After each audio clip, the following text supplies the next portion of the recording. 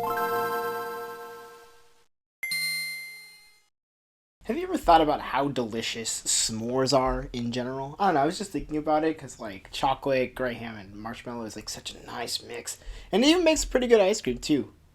Hey everybody, welcome to another episode of That Manga Dude here. We are going to be doing the next episode of the FVI. It's going to be a fun one today because it's another one of a new release. So yeah, I'm all caught up with all of the cool kids skating around Scootaloo. So let's get started. We're going to head on into the next episode. Let's go. Alright, so what's on the docket today? Docket? I don't know. It's the docket. Anyways, this new volume just came out here in May 2022. It is produced by Viz Signature, and it is created by Rokuro Ogaki, and that is Crazy Food Truck. Anyways, this is a new series out through the Viz Signature line. So let's get right into it. So, first of all, the spine and the cover are super cool. I've never seen a manga produced in this like unbelievably bright yellow. It's really hard to tell in the lighting here, but like it is a very bright yellow, so it will stand out on your bookshelf or wherever you decide to place it. But overall, I really like it. I think the cover is really cool. It kind of gives you an idea of what you're about to get into, and I also really like the back too because it's like a colored page from, of course, the manga here, the first volume. So yeah, genuinely nice cover. So we're gonna hop right into the characters now. So I'm only gonna be talking about two of the characters because I try to only really talk about the main characters. So let's start with the main character. So this is Gordon. He is, from what we know, he is a food truck guy. He owns a food truck in this very bizarre world, to say the least. I'll go more into it in the story, but yeah, he's just a generally cool guy. He really cares about people in general. Of course, he really cares about food as well, so he really wants to protect his food and his ingredients and everything like that, which is like the complete opposite of the other main character, which is Arisa here. She shows up in the story, and Gordon's like, what the heck? Because she like doesn't know a lot about the world. She's very confused, and always just saying she's hungry, and she ends up eating a lot of his stuff. And Gordon is like mildly charmed by her in terms of like a parental like child kind of relationship, not like an actual relationship. But yeah, their dynamic is interesting to say the least. I actually really don't like Arisa's character very much. Without getting into too many spoilers, I just find her character to be very not boring, but like just kind of obnoxious, like, and not in a good way and not a charming way either. Like there's probably going to be some growth, hopefully within the next volume or two.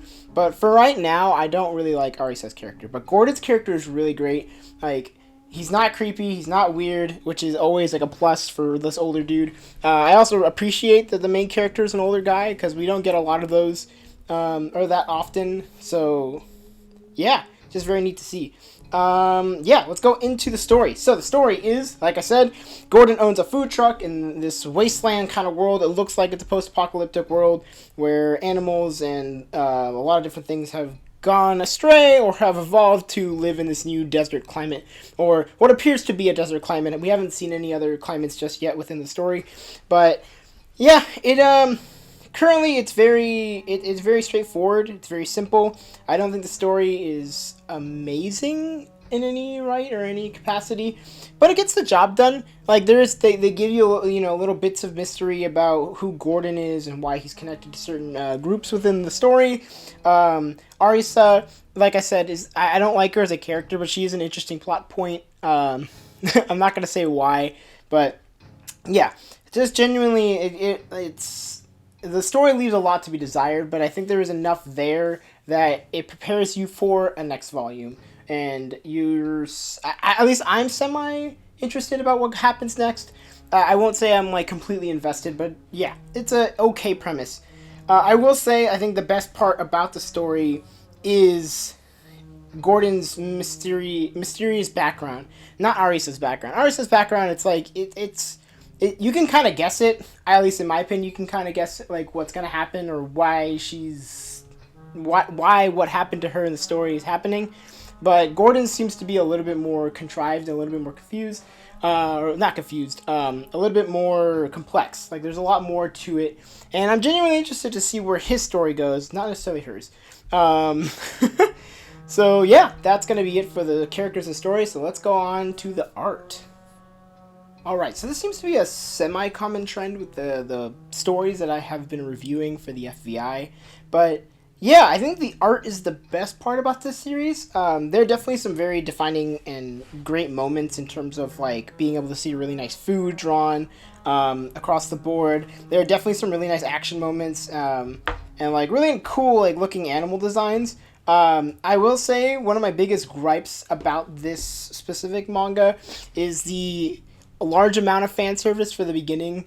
So one of the big spoilers, it's not really even a spoiler, but like Arisa shows up naked in the beginning of the series, and they like point out that she is supposed to be underage, which is just like weird, I guess. Weird for me because, you know, I'm an adult, so seeing anybody who's below 18 years old naked is very like, what? I get that it's different in Japan, but it's still like very bizarre, and it happens a lot in this first volume, and I'm just like, why? I mean, I know I asked why. I already know the answer as to why. It's because sex sells and stuff, whatever. But like, yeah, I could have done without some of it. I feel like some of it was it's some of it. Most of it just wasn't necessary, in my opinion. Like, it's just kind of there to be like a shock factor, which is, it's like it's fine, I suppose. But I feel like I'm growing out of that kind of... I've grown out of that, where, like, that kind of stuff doesn't, I don't know, affect me the same way. I'm just kind of like, oh, it's another one of those moments kind of things, versus, like, oh, like, that was a genuinely interesting story moment, or whatever. So I think there's that kind of disconnect for me in terms of the amount of fan service that there is just doesn't... I don't know. It's just... Maybe it's just a little bit too much for me. But that's completely opinion based. I mean, of course, some people will probably eat this stuff up and be like, "Oh my goodness, I love that she's like half naked for the entire story." But you know, you do you. But don't tell other people that they're wrong for thinking the way that they do, including myself. So yeah, but other than that, yeah, I know I sound like I've been like just kind of like a Debbie Downer this entire time, but I do genuinely think there is some hype to be around this story. I think the art is very good when it wants to be. Like, the action is actually pretty solid. Like I said, the food visuals are really nice. I'm trying to find a page where it doesn't happen. Here's actually a really nice like double spread of just like a random explosion. I'm not going to explain what's going on and why is there a gun in the back of his truck.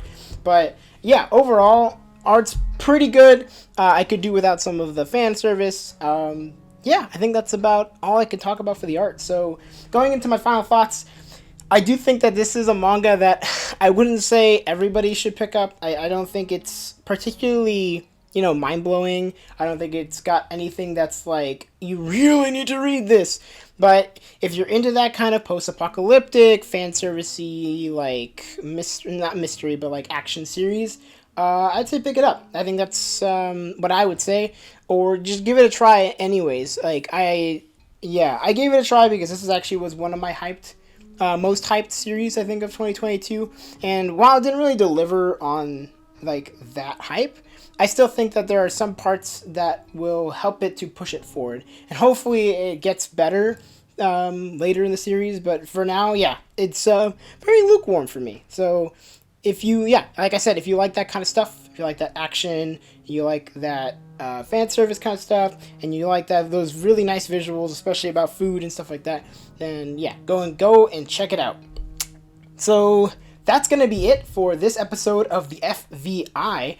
I hope you enjoyed it. If you didn't, well, I mean, you can go complain in the comments. I can't stop you from doing that. But let me know how you feel about Crazy Food Truck, because I think I don't know if I'm in the minority, because I haven't heard a lot of people talk about it yet, because of course it just came out, so it's not really a manga that's on a lot of people's minds. But yeah, I'm genuinely interested to hear what other people have to say about it. So yeah, leave it down in the comments below, and you know what to do. You can like, you can comment, you can favorite, you can subscribe. Or if you've already done all those things, or you don't want to do any of those things, I'm glad you made it to the end of the video. That's just very impressive of you. Thank you. I appreciate it. And yeah, that's going to do it for this episode of the FBI. So I hope to see you in the next one, and I hope to see you in the next video. Bye-bye.